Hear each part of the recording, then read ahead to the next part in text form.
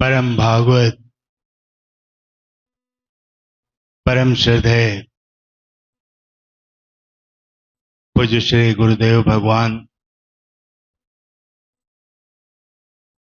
एवं पूज्य गुरुमा के पावन श्री चरणों में कोटि कोटि प्रणाम तथा हम सबके ज्येष्ठ भ्राता एवं इस मिशन के अग्रधार आचार्य श्री नीजू भैया एवं इस दिव्य चेतना सत्संग परिवार के उपस्थित शिक्षक श्री प्रकाश भैया, श्री प्रभुनाथ भैया के श्री चरणों में मेरा सत सत प्रणाम तथा सभा में उपस्थित सभी अध्यात्म जिज्ञासुओं को मेरा यथा योग्य प्रणाम।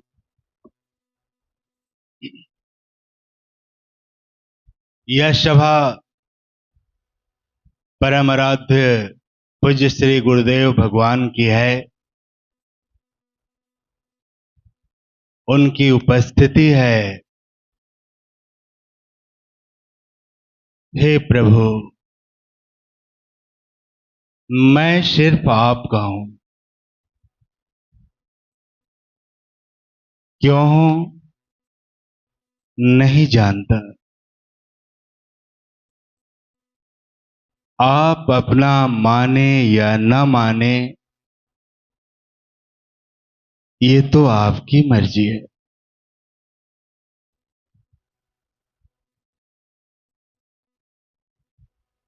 कैसे तेरे बगैर जिए जा रहे हैं हम, जैसे कोई गुनाह किए जा रहे हैं हम।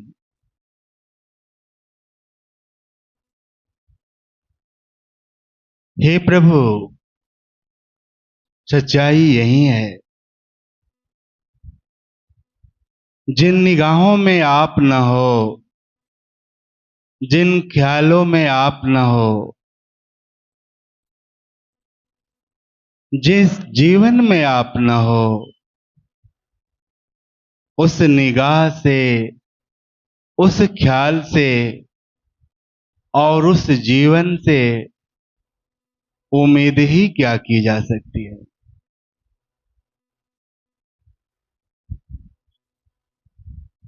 मात्र गुनाह के अतिरिक्त उस जीवन से, उस ख्याल से या उस निगाह से उम्मीद ही क्या की जा सकती। क्योंकि इस जीवन को तो परमात्मा ने बनाया है, पर इस जीवन में सुगंधी और सुंदरता देने का काम तो आपका है ना। आपने ही तो इस जीवन में वो सुगंधी दिया है, वो सुंदरता दिया है। अन्यथा ये जीवन झाड़ पात में उलझा होता। हे प्रभु, आपके बिना ये जीवन जी तो रहा है, लेकिन कैसे जी रहा है। जैसे एक सुंदर भवन हो और भवन में रहने वाला उसका मालिक ना हो, तो हालात कैसी होगी उसकी। हालात उस खंडहर की भांति होगी जिसमें सांप, छछूंदर, चूहा और चमगादड़ का वास होगा।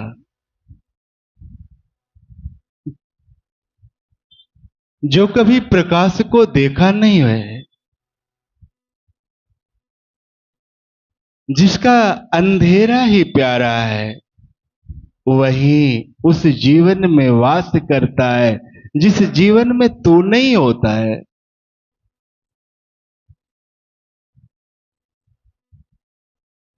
सांप, छुछुन्नर, चमगादड़, चूहा, इन्हें केवल अज्ञान ही दिखता है, अंधकार ही दिखता है। प्रकाश तो नसीब नहीं होती है, प्रकाश को तो देख ही नहीं पाया है। ठीक ऐसे ही बहुत तेरे जीवन ऐसे भी हैं जिस जीवन में तू नहीं है, जिस जीवन में गुरु नहीं है, वो जीवन अंधकार के अलावा दूसरा देख ही क्या सकता है, विकारों के अतिरिक्त अपने पास रख ही क्या सकता है। इसीलिए तो तेरी आवश्यकता है ना, इसीलिए तो तू महान है, इसीलिए तो तेरे खोजने के लिए बहुतों ने अपने जीवन का हर मोड़ कुर्बान कर दिया, हर सुख कुर्बान कर दिया। भले ही समाज उसे ओछी नजरों से देखता रहा, ओछी नजरों से उसे पुकारता रहा, लेकिन ऐसा नहीं कि प्रकृति के रेस में वो दौड़ नहीं पाएगा। प्रकृति के रेस में वो दौड़ चुका होता है और इस रहस्य को समझ चुका होता है और जान जाता है ये प्रकृति का रेस, ये चकाचौंध का रेस, ये चूहों का रेस है। इस चूहों के रेस से कोई शेर नहीं पैदा हो सकता है।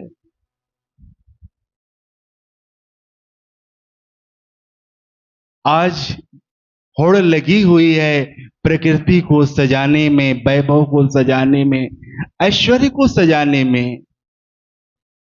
क्या लेके जाएगा? क्या एक तिनका भी ले जा सकता है? अरे ये रेस, ये होड़ उस चूहों की रेस की बांधी तो है। और साधक भली भांति समझता है इस चूहों के रेस में कोई शेर नहीं पैदा हो सकता है। शेर पैदा कब होता है?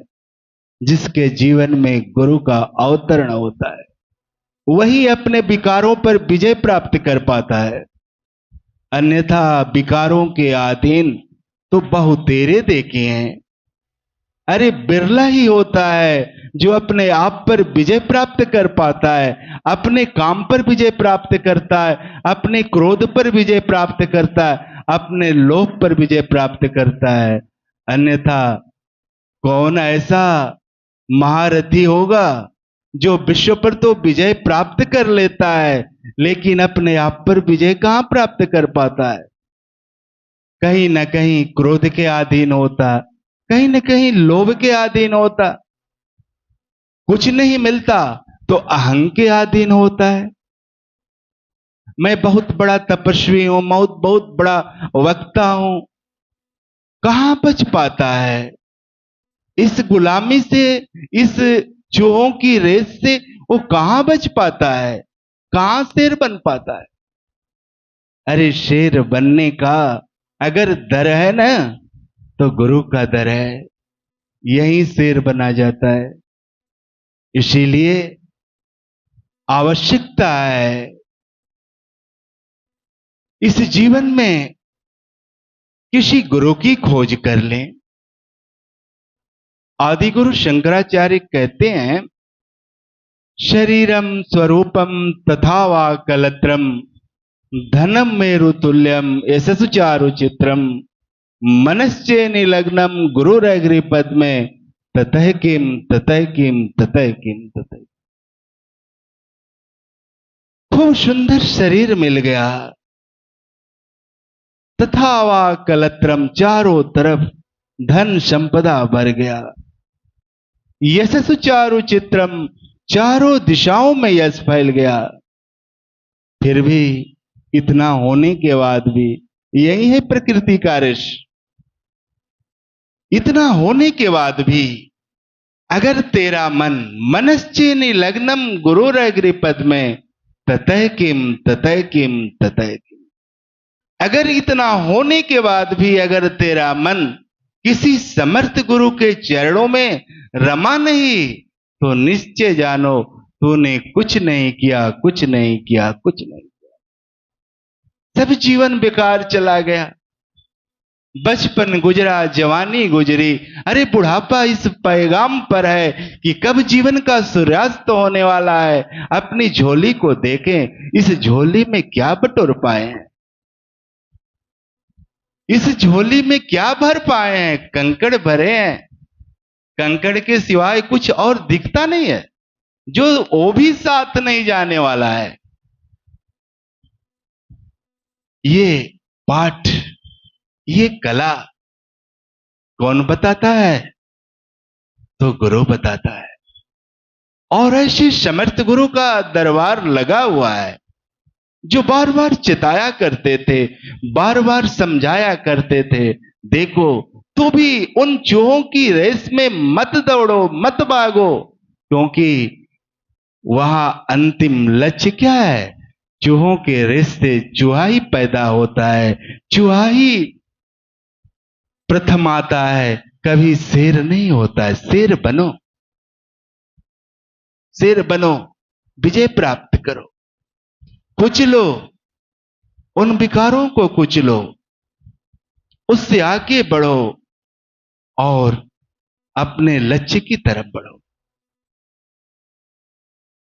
लेकिन लाख कहने के बाद, लाख समझाने के बाद, ये समझदारी उन व्यक्तियों को नहीं आ पाती है जो कलयुग में वास करते हैं।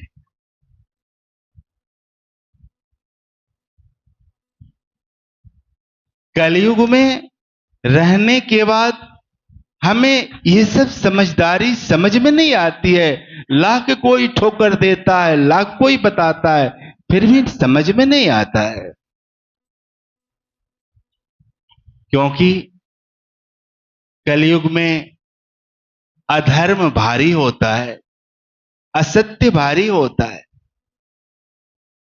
3 हिस्सा अधर्म होता है, 1 हिस्सा ही धर्म होता है। 3 हिस्सा सत्य ही होता है, मात्र 1 हिस्सा ही सत्य होता है। कमजोर होता है, लड़ नहीं पाता है। इन विकारों से लड़ने की उसके अंदर हिम्मत आ ही नहीं पाती है। पर गुरुजी क्या कहते हैं? गुरुजी कहते हैं, देखो भले ही तुम्हारा जन्म कलयुग में हुआ हो, लेकिन प्रयास करो कि तुम्हारी जब भी मृत्यु हो तो सतयुग में हो। जब भी हम इस शरीर को छोड़े तो कलयुग से ऊपर सतयुग में जाके ही शरीर को छोड़े। अब यहां भ्रम आता होगा, कलयुग की महादशा चल रही है और इस महादशा में सतयुग कैसे लाएं? कहां से सतयुग हमारे लिए आएगा? तो ज्योतिष में एक सूत्र आता है कि जैसे किसी भी ग्रह का महादशा चलता है तो अंतर में उसके विपरीत एक अंतरदशा भी चलती है। जैसे बाहर कलयुग की महादशा तो चल रही है, लेकिन अंतर में भी हमें कलयुग की ही महादशा होगी तो हमारी सोच, हमारी समझदारी क्या होगी? खाओ पियो ऐश करो, बच्चा पैदा करो, चले जाओ, यही जीवन की उपलब्धि है। इससे आगे हम सोच ही क्या सकते हैं? और इतना हम कमजोर हैं, इतना हम कमजोर हैं कि इससे आगे बढ़ नहीं पाते हैं। इस समझदारी को छोड़ नहीं पाते हैं। तो इस समझदारी को छोड़ने के लिए हमारे महापुरुष, हमारे गुरुजन क्या बताते हैं कि कलयुग केवल नाम आधारा।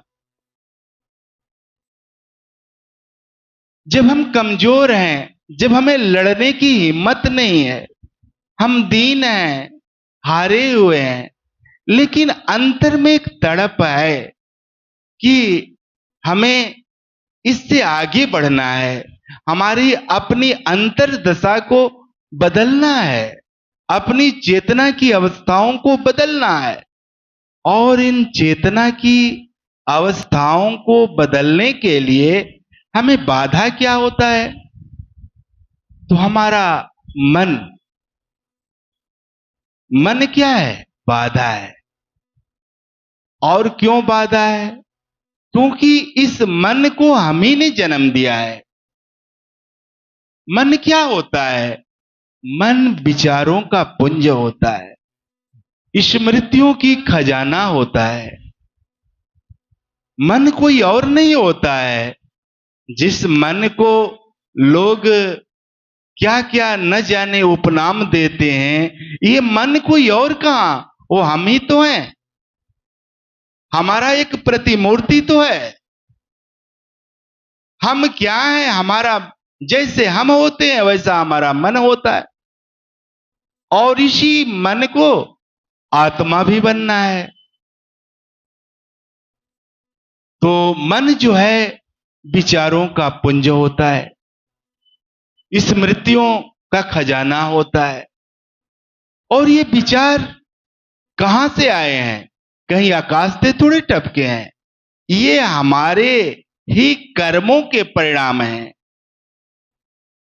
आज न जाने कितने युगों से हम आ रहे हैं, और उन युगों में कर्म योनि शरीरों द्वारा किए हुए जो कर्म होते हैं, इन चारों के अधीन।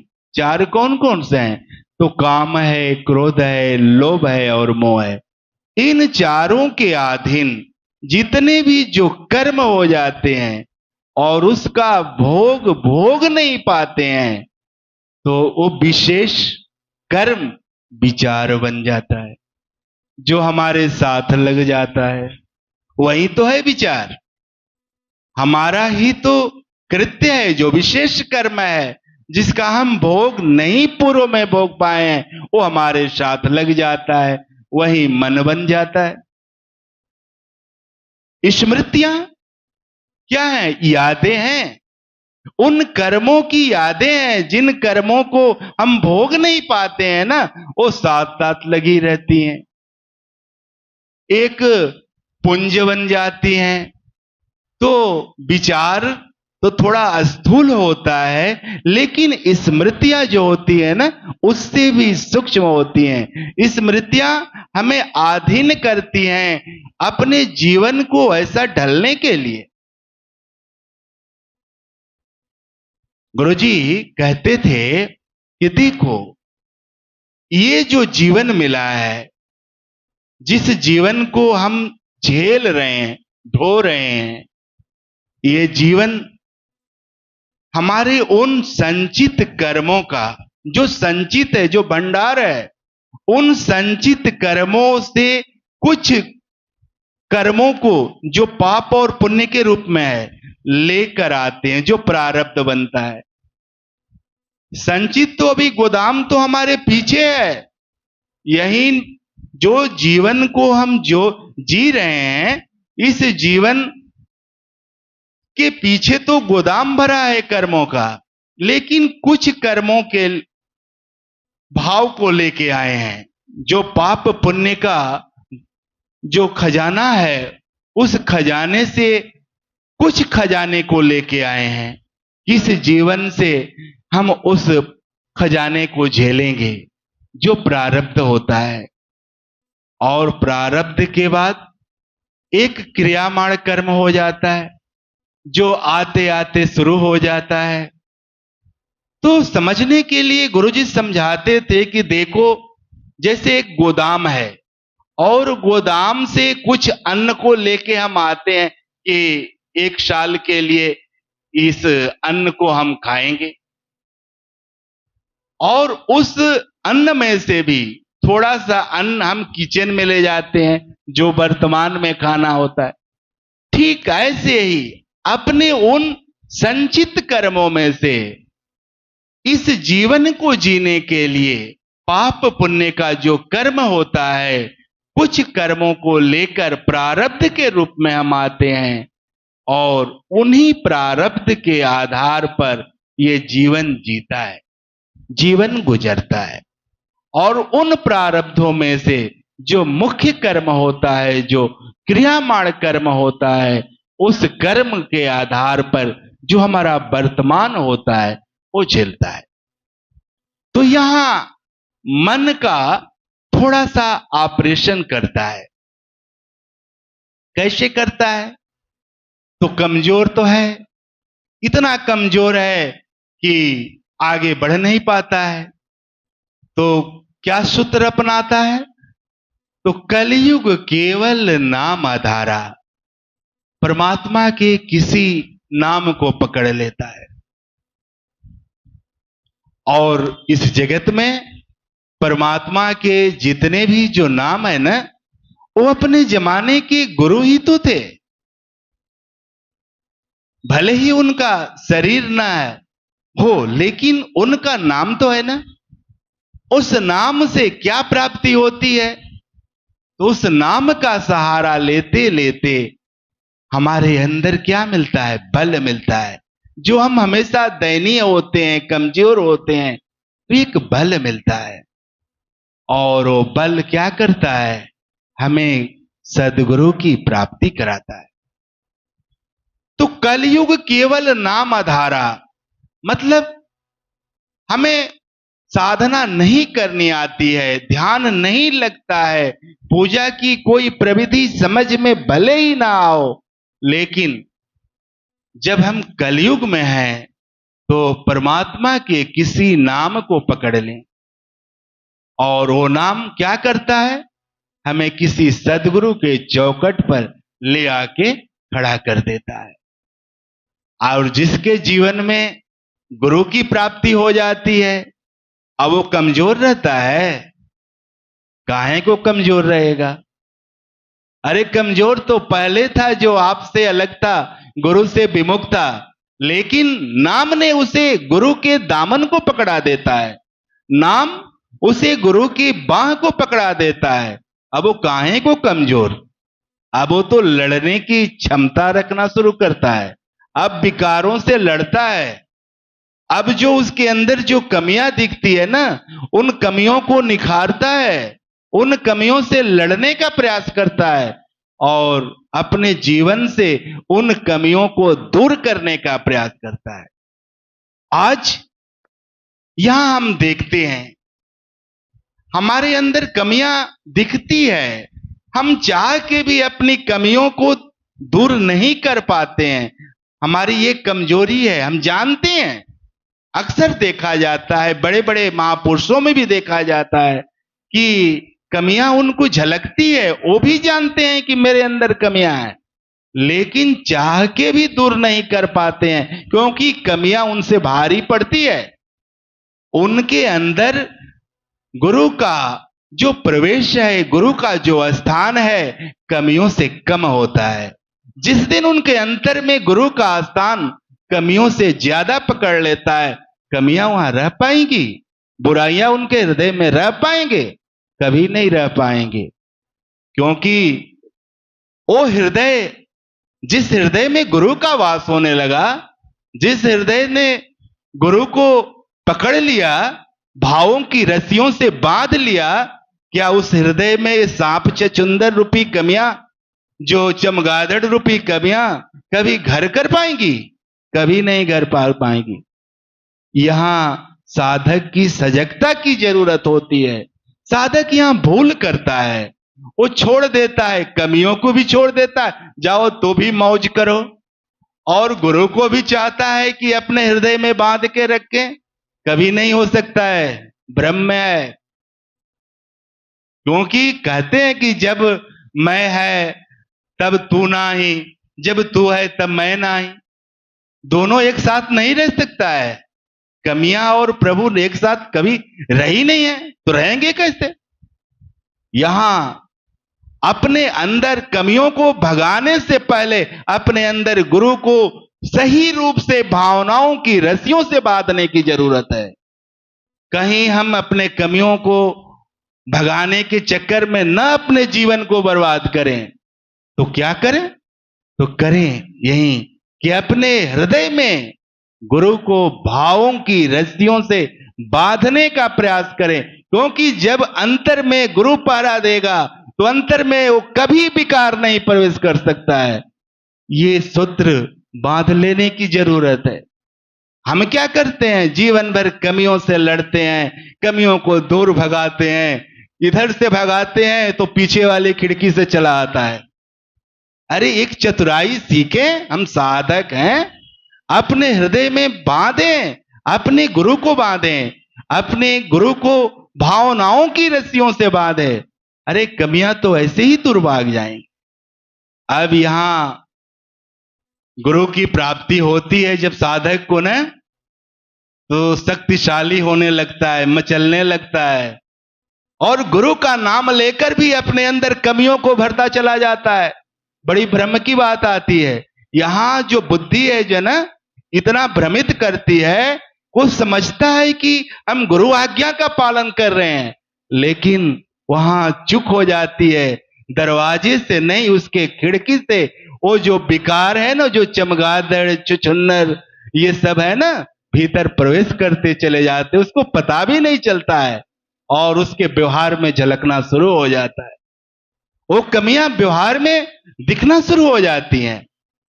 यहां सजगता की भूमि है, साधक को सजग रहना पड़ता है।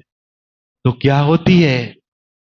तो अब ये कलयुग से पार हो जाता है, कहां चला जाता है? तो द्वापर की भूमि में। अब वो लड़ना शुरू करता है कि अब कमी अंदर आई ना तो इसको लड़ के भागेंगे, भगाएंगे। अब लड़ना शुरू होता है। ये द्वापर की जो भूमि है, जो हमारी अंतर की जो दशा है, भले बाहर कलयुग की दशा महादशा चल रही हो, लेकिन अंतर में जो हमारी दशा अंतर दशा चल रही है ना, द्वापर की चल रही है। यहां सत्य भी दो हिस्सा में रहता है और असत्य भी दो हिस्सा में रहता है। धर्म भी दो हिस्सा में रहता है, अधर्म भी दो हिस्सा में रहता है। यहां लड़ाई लड़ने के मूड में हो जाता है। और सारा युद्ध क्या होता है? द्वापर में ही तो हुआ है। कौरवों का पांडवों का युद्ध द्वापर में ही तो हुआ है, क्योंकि वहां दोनों पक्ष धर्म और अधर्म दोनों लड़ने के मूड में होते हैं। दोनों के पास योग्यता होती है लड़ने की, बराबरी होती है। और युद्ध तभी मजा आता है जब बराबरी में होता है। एक कमजोर और एक शक्तिशाली का युद्ध तो तुरंत ही निर्णय हो जाता है, लेकिन जब दोनों की बराबरी होती है वहां युद्ध में मजा भी आता है, आनंद भी आता है। तो द्वापर में जितने भी युद्ध हुए हैं ना, सब मजेदार युद्ध हुए हैं, क्योंकि दोनों पक्ष रथी महारथी दोनों बराबरी में रहते थे। लेकिन विजय किसकी होती है? पांडवों और कौरवों का युद्ध सब लोग देखे हैं, सब लोग जानते हैं। लेकिन उस द्वापर में जो महाभारत हुआ, उस महाभारत में विजय किसकी हुई? तो पांडवों की हुई। तो क्यों हुई? तो उसके साथ गुरु रूपी भगवान कृष्ण साथ रहे। और जिसके जीवन में गुरु साथ है, उसको कभी हार हो सकती है? कभी नहीं हार हो सकती है। जिसके जीवन में गुरु नहीं है, महान शक्तिशाली है, वो अंत अंत आते आते हारना ही है, उसको हारेगा ही। क्योंकि जीवन का जो मुख्य लक्ष्य है, उस लक्ष्य से बहका होता है।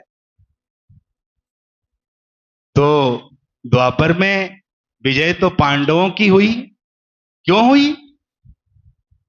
क्या कौरव कमजोर थे पांडवों से? कभी नहीं। महान शक्तिशाली भीष्म, द्रोणाचार्य, कर्ण, दुशासन, शल, इतनी महारथी होने के बाद भी कौरवों की पराजय हुई मात्र इन 5 पांडवों के आगे। क्यों? क्योंकि उनके साथ गुरु रूप में भगवान कृष्ण साथ रहे। तो जिसके जीवन में, जिसके साथ गुरु का हाथ है, निश्चिंत रहिए, उनकी सदा जय होगी, सदा विजय होगी। लग लिपट के गुरु के दामन को पकड़ने की जरूरत है, तब जाके हमारे अंदर वो योग्यता आएगी लड़ने की और लक्ष्य तक पहुंचने की, जहां तक हमें जाना है। इसके बाद अब वो साधक गुरु का प्यार पाते पाते, गुरु का सानिध्य पाते पाते, अब उसका प्रवेश कहां होता है? तो त्रेता में होता है। अब शक्तिशाली हो गया, क्योंकि पहले वो कमजोर था। कमजोर था तो शक्ति पाने के लिए वो नाम का सहारा लिया। नाम का सहारा लेने से उसे गुरु की प्राप्ति हुई।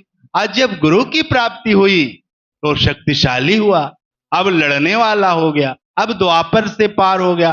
द्वापर में लड़के विजयी होके वो कहां गया? तो त्रेता में गया। त्रेता में क्या होता है? तो वहां सत्य 3 हिस्से में होता है और असत्य मात्र 1 हिस्से में होता है। वहां अधर्म मात्र 1 हिस्से में है और धर्म 3 हिस्से में होता है। अब वो प्रकृति या पृथ्वी का गुरुत्वाकर्षण उसे खींच नहीं पाता है।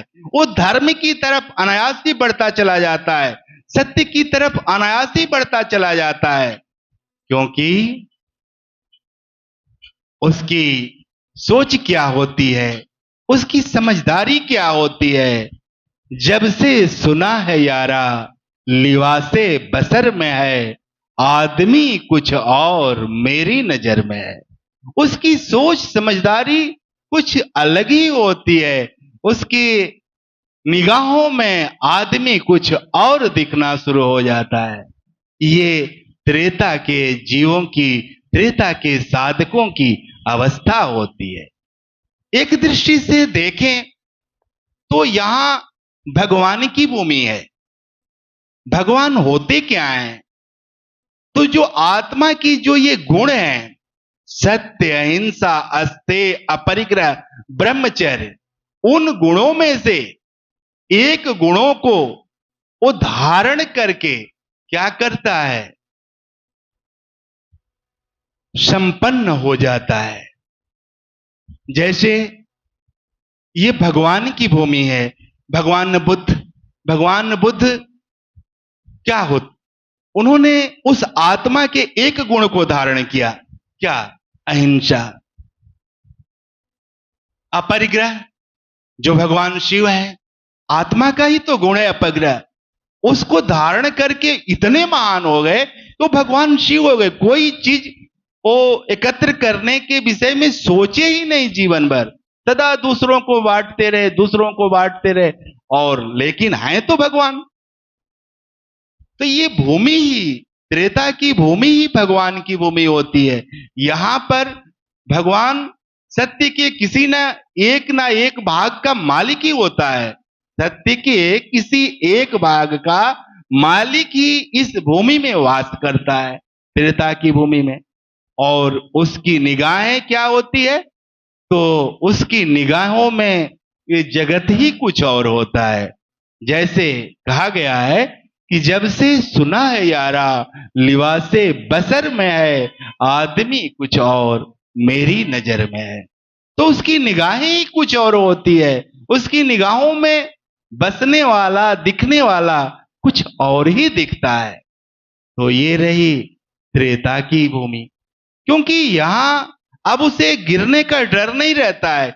इस भूमि में पहुंचने के बाद पुनः नीचे उतरने का डर नहीं रहता है। डर मात्र द्वापर की भूमि तक रहती है, क्योंकि यहां धर्म भी आधा है और अधर्म भी बराबर है। जो जबरदस्त होता है, अपनी तरफ खींच लेता है।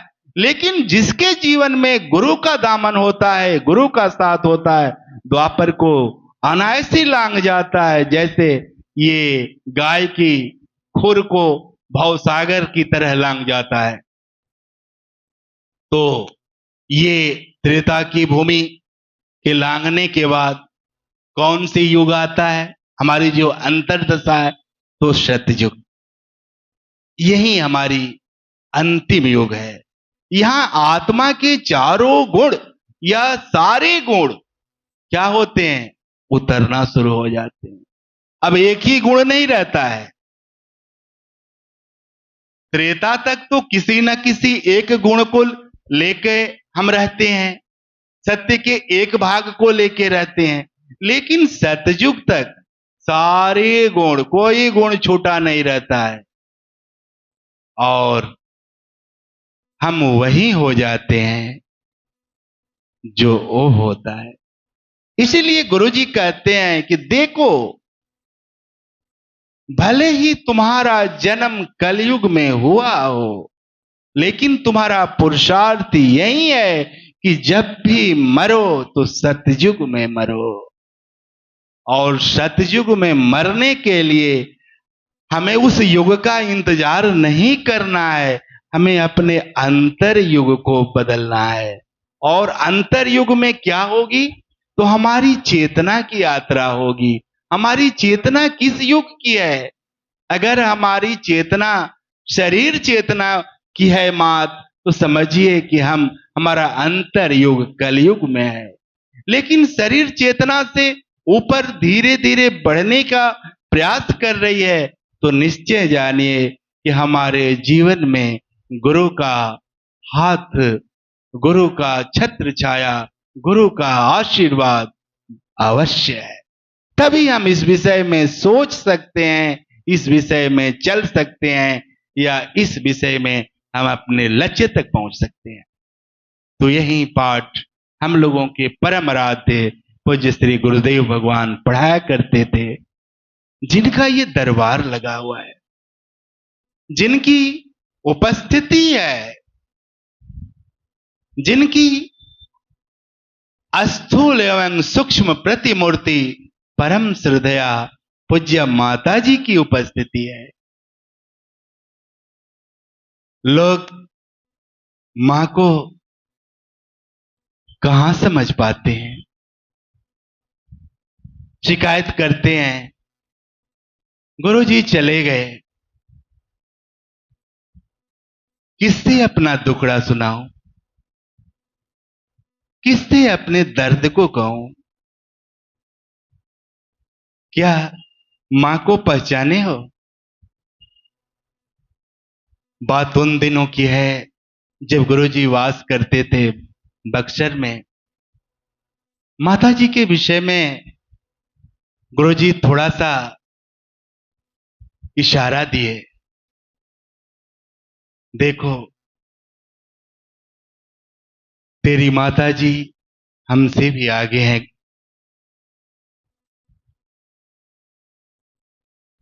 कभी तो उनके साथ बैठ के देखना।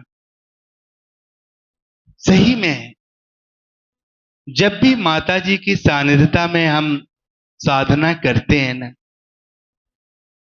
ऐसा प्रतीत होता है इस जीवन की साधना का वो स्वर्णिम युग चल रहा हो।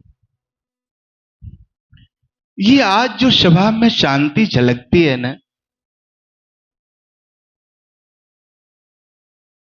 इस सभा में कौन बैठा है